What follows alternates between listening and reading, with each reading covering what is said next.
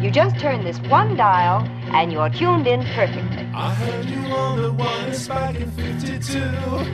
Lying awake until me turning it on you. If I was young and needed stuff you gone through. That's the credit for the second symphony. We're reaching by machine on new technology. And now I understand the problems you can see. I'm at your children. Why did you tell them? Video kill the radio star.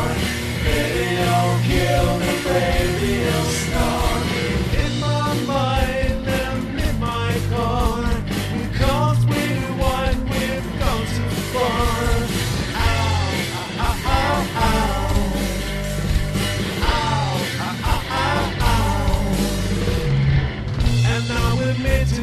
About the studio, we hear the playback and this is so long ago. And you remember the trains used to go. You were the first one. You were the last one. Radio kill the radio star.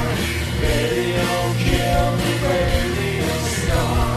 In my mind and in my core.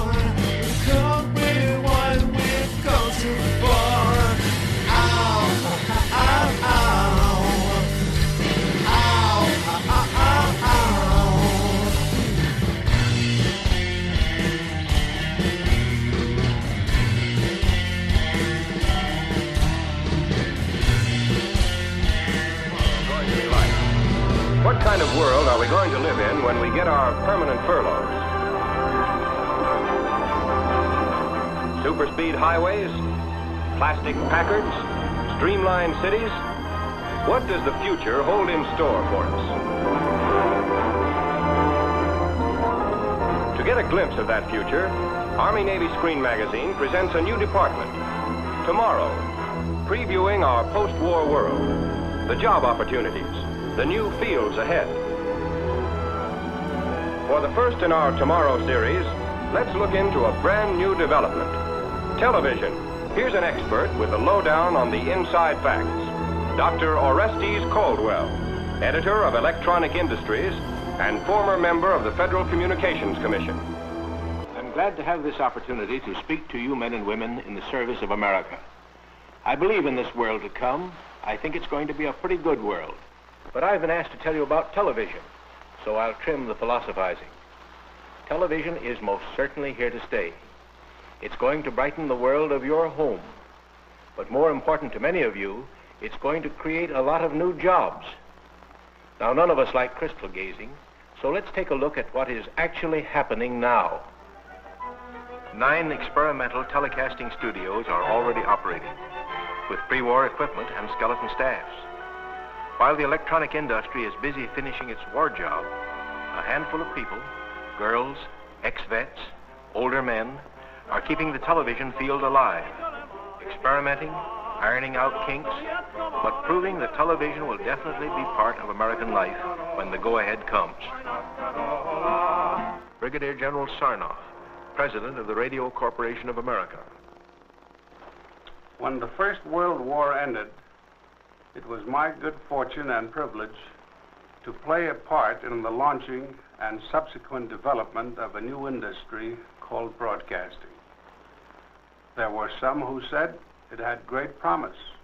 There were others who said that it was a noisy, sputtering gadget, a passing fancy. The rest, you know.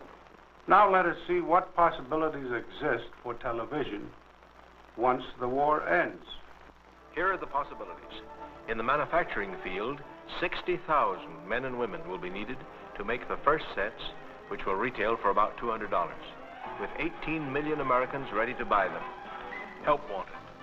Electronic experts, assemblers, wiremen, machinists, finishers, testing personnel, sheet metal workers, drill press operators, spot welders. Television is just made to order for GIs with radio and radar experience. 85,000 maintenance men are going to be needed to install and service the 30 million sets expected to be sold within the first 10 years of full-scale production.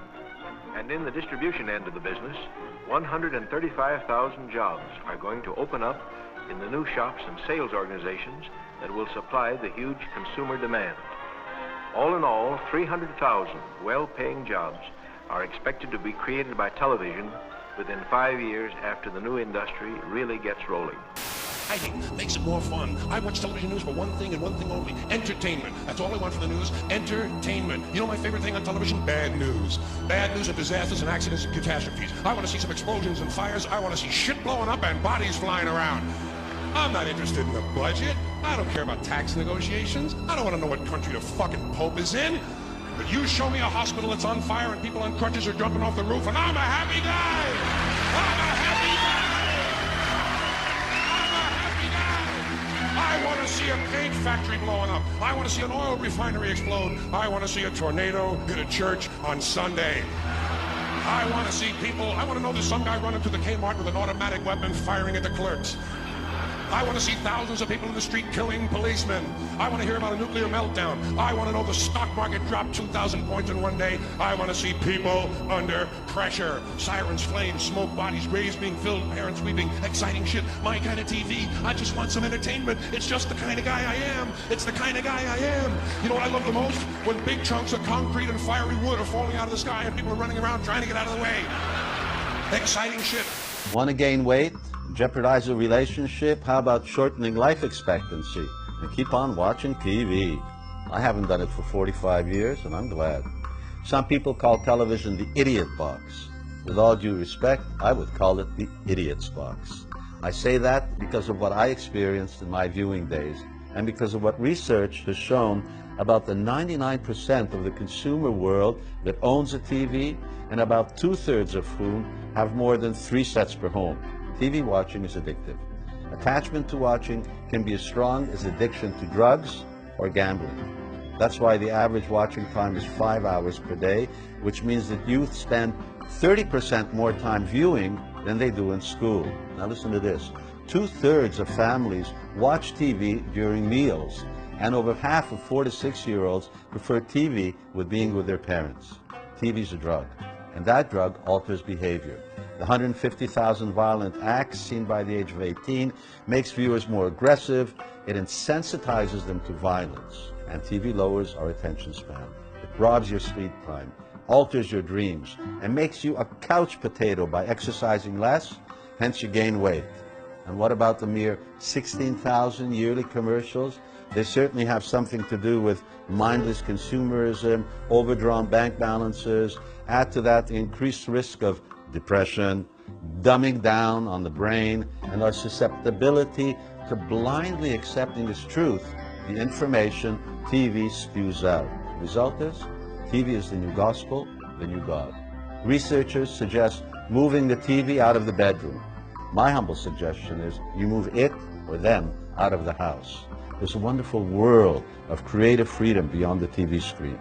Reading, writing, giving quality time to loved ones, and most important of all, this very novel idea, thinking, that uniquely human trait that TV robs you of. Put time into deeply contemplating who you are and what the purpose of life is.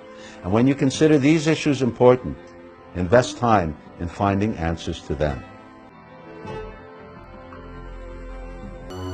There were some who said it had great promise. There were others who said that it was a noisy, sputtering gadget.